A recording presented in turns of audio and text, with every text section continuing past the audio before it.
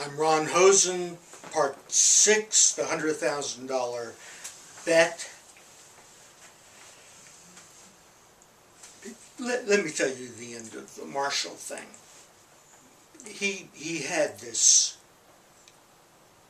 stake, and he got elected to the legislature of Virginia.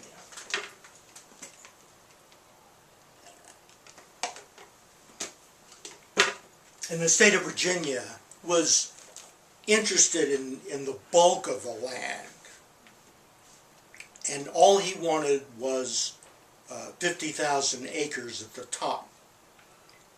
And the state of Virginia, there were 1 million acres below. And so he and a friend worked out a settlement in the legislature, of which he was a member. So he had a conflict of interest. And so the legislature decided that instead of a winner-take-all for this massive amount of land, Marshall was a real estate speculator from the time of he was 18, as was his father. There was empty land everywhere in those days.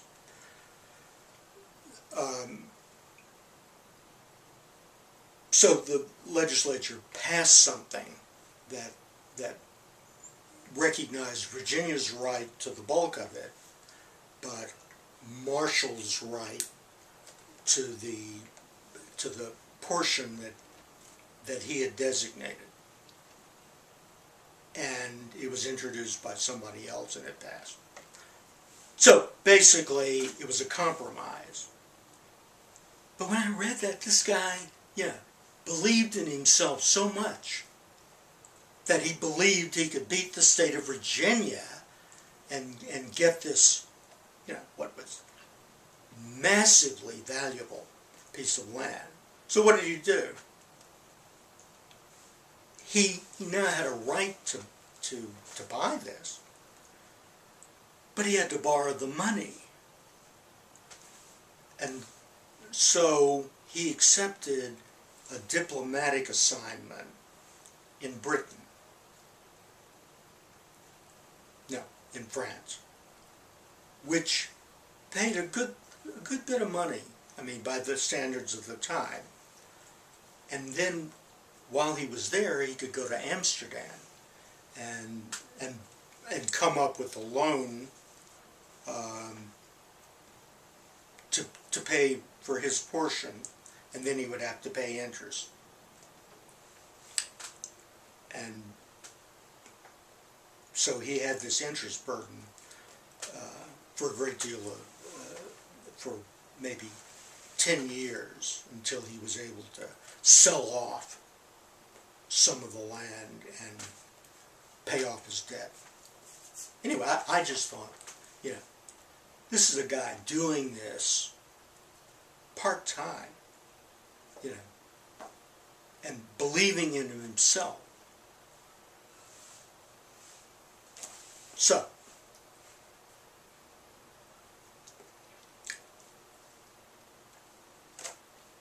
if you wish to accept my bet, I believe you can contact me through YouTube. I get comments, if somebody makes a comment, they send me an email and I always check it. I always respond to them. I appreciate people watching my videos. And so if you're a person who happens to watch this and you know how to spread the word, please spread it for me. If you're a blogger or just if you know what you're doing on the internet, and you can put out this information about the $100,000 bet that's being offered in a real face-off, please do it. Or if you personally are interested, watch this, then send me a comment on YouTube, and I'll send you my email or my address and my phone number, and we can, you know, we can begin trying to arrange it.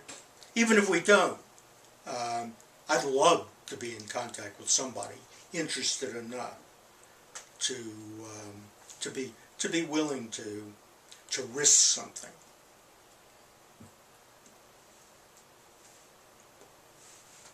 So I think we'll find that at the bottom of all this, if you understand Jefferson, that is, the picture of Jefferson I got from reading his biographies, and of Marshall, I think you'll know a lot about how human beings are similar and how human beings are different, and how they express this, and what they learn in the process. Incidentally, Marshall did not start school until he was 12 years old. And, you know, this guy, you know, wrote 100 majority opinions on the Supreme Court. His work is there. Read them. I mean, the reasoning on these things, some of them, it just seems beautiful.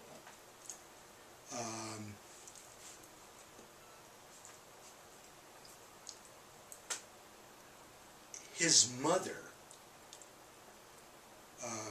probably taught him to read. He was a proponent in the late 1700s of education for women. Jefferson was not. Jefferson had 2 daughters, and he thought they ought to learn to sew and then get married. Marshall believed that women needed to be educated. And why is that? I mean, you know, they weren't corporate executives in those days, because they're mothers. And you're the most important teacher you will ever have, he thought, is your mother. And if you have an educated mother, then you have an educated teacher. Well, I think that's fairly clever for some dude in 1780. He was the oldest of 15 children, and one of his sisters founded a school for girls. So while, you know, there probably wasn't a lot of formal education in his family, you know, it was clearly real education. And I found that impressive.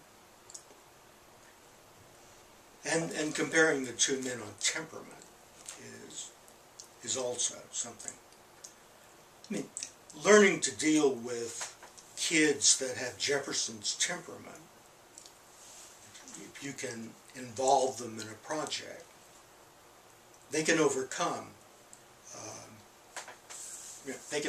some of the drawbacks, because, you know, Jefferson had some skills.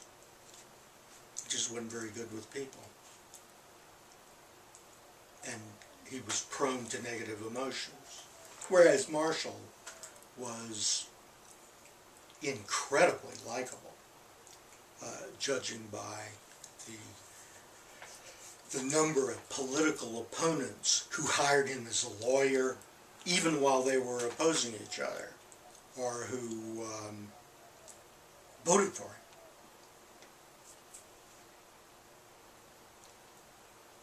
So,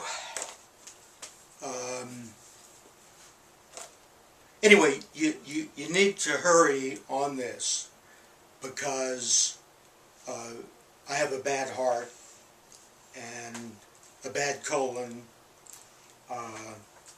and you know, I may end up with a more dysfunctional right foot.